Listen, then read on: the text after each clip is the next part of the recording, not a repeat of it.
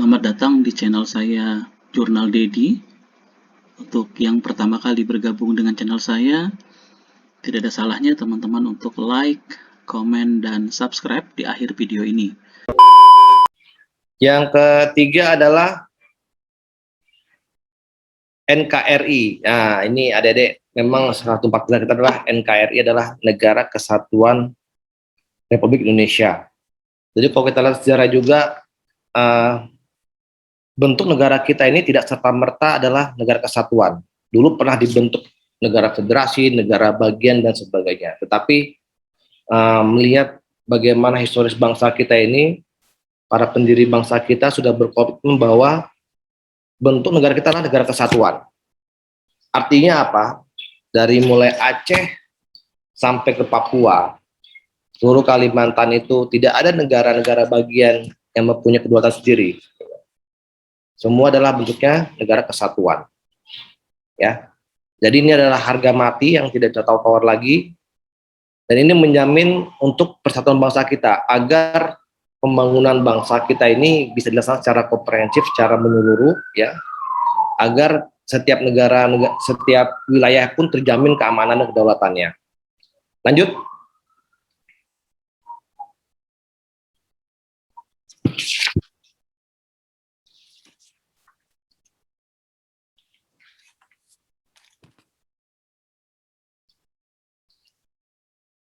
Ini adalah esensinya, ya. Yang pertama nilai kesatuan wilayah.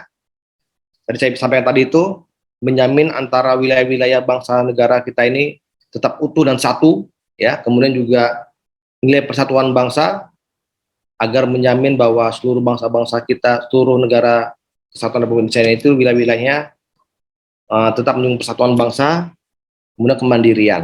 Lanjut.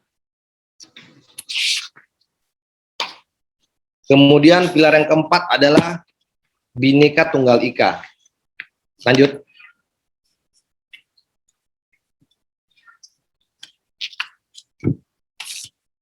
Jadi Bhinneka Tunggal Ika itu memang diambil berdasarkan kitab Sutasoma, ya, yaitu adalah silsilahnya. Pada saat itu memang historisnya di wilayah itu sudah ada berbagai macam suku juga, dan juga ada agama Hindu, Buddha. Gitu. Jadi memang karakter bangsa kita ini Nusantara itu tidak terlepas dari keragaman, sehingga timbullah filosofi itu Bhinneka Tunggal Ika.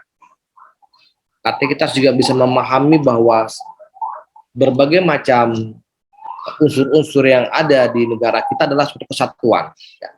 Keberagaman itu bukan berarti untuk perpecahan, tetapi keberagaman adalah memperkaya bangsa kita. Ibarat bunga di taman itu, kalau ada lihat, misalnya ada taman nih, kalau cuma rumput aja, itu kan kurang bagus ya, ataupun sama rumput satu, gitu. Tapi kalau misalnya di taman itu ada bunga yang warna merah, warna kuning, ya itulah keberagaman bangsa, itulah karakter bangsa kita itu loh. Jadi dengan keberagaman yang ada ini, itu bisa menghasilkan suatu keindahan yang luar biasa, kekuatan yang luar biasa. Asalkan itu kita berpegang teguh bahwa Bhinneka Tunggal Ika ini merupakan suatu dasar kita ataupun komitmen kita yang kita pegang. Jadi kita bisa menghargai, kita punya nilai toleransi terhadap perbedaan yang ada antara agama-agama yang ada, antara saudara-saudara kita mungkin yang beragama Kristen, Katolik, Protestan, ataupun Hindu, Buddha.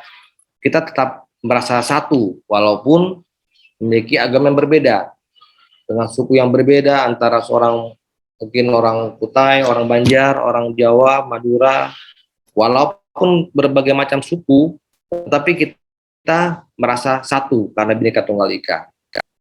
Lanjut.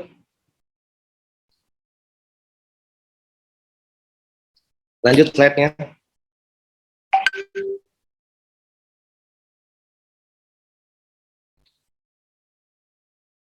Slide-nya lanjut, slide.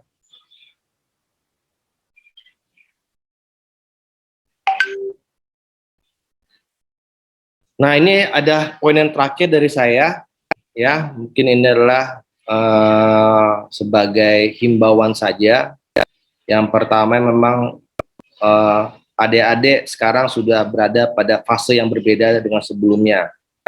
Apabila sebelumnya adik-adik mungkin waktu di SMA, di SMP itu pendidikan menengah, di alam saat ini ya, alam kampus universitas ini, setiap mahasiswa itu dibangun adalah pola pikirnya, dibangun pola pikir yang kritis, ya. Itu juga merupakan tantangan bagi mahasiswa. Dia harus dibangun untuk mampu berpikir, mampu mengolah dirinya lebih mandiri, ya. Kemudian juga bisa berkontribusi tidak hanya masalah mencari nilai saja, tidak, tapi juga bangun jaringan dan sebagainya. Jadi salah satu critical point bagi mahasiswa adalah mereka bisa melihat fenomena yang ada di sekelilingnya. Nanti adik-adik kalau buat skripsi juga, ataupun nanti buat tesis, ataupun nanti mau doktoral, semua itu pasti akan membuat tulisan ilmiah berdasarkan fenomena yang terjadi, apapun juga bidang keilmuannya. Dari situ kita bisa melihat apa gap yang perlu kita teliti di situ. Nah, itulah adik-adik mahasiswa harus bisa berpikir kritis terhadap segala permasalahan yang ada, kemudian juga bisa mengambil suatu analisa yang mendalam di situ, ya. Itu adalah ciri khas mahasiswa di perguruan tinggi. Nah, untuk itu juga kita perlu bangun juga, walaupun perlu dibangun juga knowledge kita, tetap bangun juga skill, attitude-nya, ya. Jangan lupa itu. Jadi tidak hanya masalah ilmu pengetahuan saja, tapi juga attitude kita juga harus dibangun, ya. Jadilah adik-adik pemuda bangsa yang memiliki nilai-nilai integritas, ya.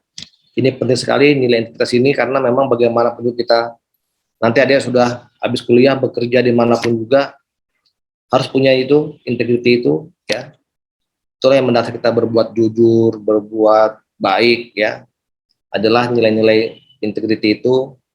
Kemudian juga pesan saya, selalulah berkontribusi positif bagi bangsa kita, jadi role model, ya. Adik-adik nanti sebagai mahasiswa punya peran yang penting di masyarakat, jadilah role model yang positif. Kemudian yang terakhir juga kita sangat inginkan dengan adik-adik itu mencintai bangsa kita ini, ya, mencintai bangsa kita, kemudian merasa memiliki. Harapan kami juga adik-adik mempunyai rasa bela negara terhadap bangsa kita, mempunyai tanggung jawab bahwa negara kita itu adalah milik kita yang harus kita perjuangkan, ya. Mungkin ini beberapa poin yang perlu saya sampaikan, lebih kurangnya saya mohon maaf apabila ada yang tidak berkenan dan sebagainya. Silakan Pak Moderator, mudah-mudahan suara saya cukup jelas didengar. Terima kasih Pak. Wassalamualaikum warahmatullahi wabarakatuh.